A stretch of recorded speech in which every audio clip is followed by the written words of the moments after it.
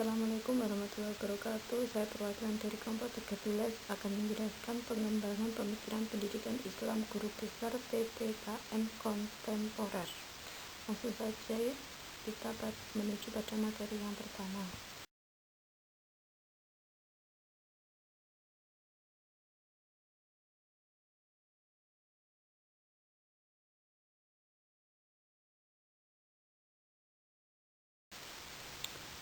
Langsung saja, yang pertama materinya itu tentang pemikiran pendidikan Islam menurut Abdul Malik Fajar.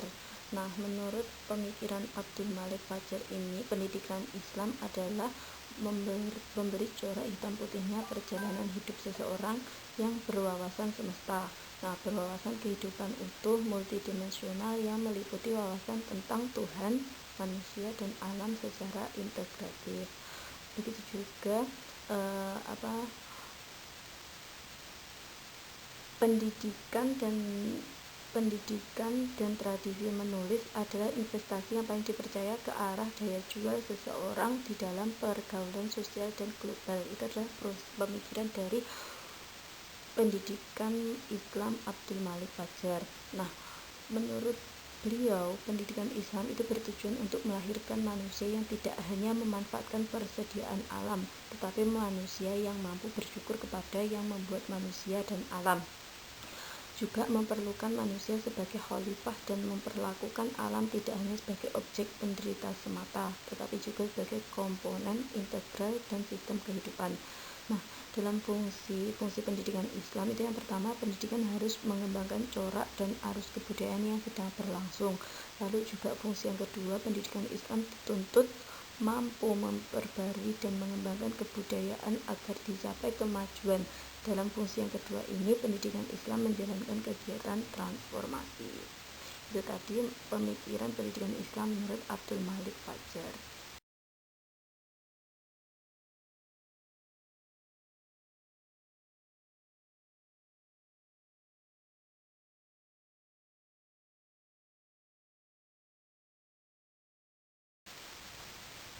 Selanjutnya, pemikiran pendidikan Islam menurut Asyumardi Azra.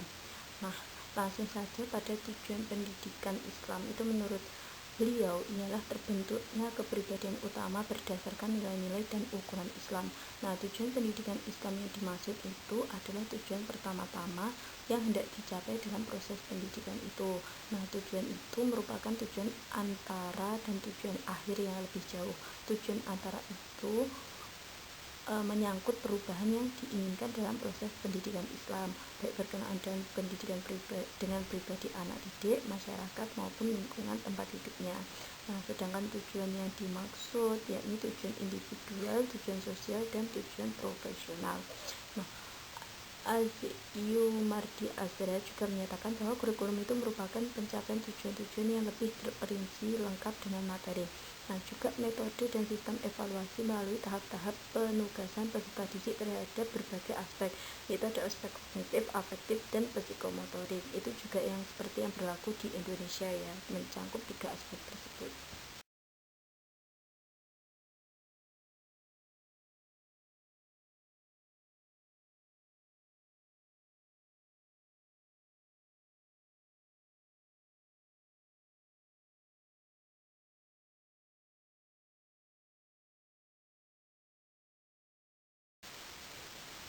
Selanjutnya yaitu pemikiran pendidikan Islam menurut Muhaimin. Nah, pemikiran dari Muhaimin ini seperti pada Harun Nasution. Nah, kita ketahui sendiri bahwa melalui buku-buku Harun itu beliau dikenal sebagai tokoh yang memuji aliran Mu'tazilah, yaitu rasionalisme yang berdasar pada peran akal dalam kehidupan beragama. Jadi menurut Muhaimin, dia itu juga berpemikiran bahwa berdasarkan pada peran akal dalam kehidupan beragama. Lalu pandangan tentang pendidikan Islam itu Muhaimin menyatakan bahwa ada 2 hal penting yang terkandung dalam pendidikan Islam, yaitu satu, pendidikan Islam merupakan aktivitas pendidikan yang diselenggarakan atau didirikan dengan hasrat dan niat untuk ngejawabkan ajaran dan nilai-nilai Islam. Lalu yang kedua juga, pendidikan Islam adalah sistem pendidikan yang dikembangkan dari dan disemangati atau dijual oleh ajaran dan nilai-nilai Islam. Nah, dalam hal kurikulum itu menurut Muhaimin itu pendidikan Islam itu harus diorientasikan pada kemampuan mengetahui cara beragama yang benar dan mempelajari Islam sebagai sebuah pengetahuan, sehingga diharapkan dapat terbentuk perilaku manusia muslim yang memiliki komitmen, loyal, serta dedikasi terhadap ajaran Islam, dan sekaligus sebagai ilmuwan, peneliti, pengamat, dan yang kritis untuk pengembangan keilmuan Islam yang memiliki kemampuan inovasi serta siap untuk menerima dan menghadapi tantangan perubahan.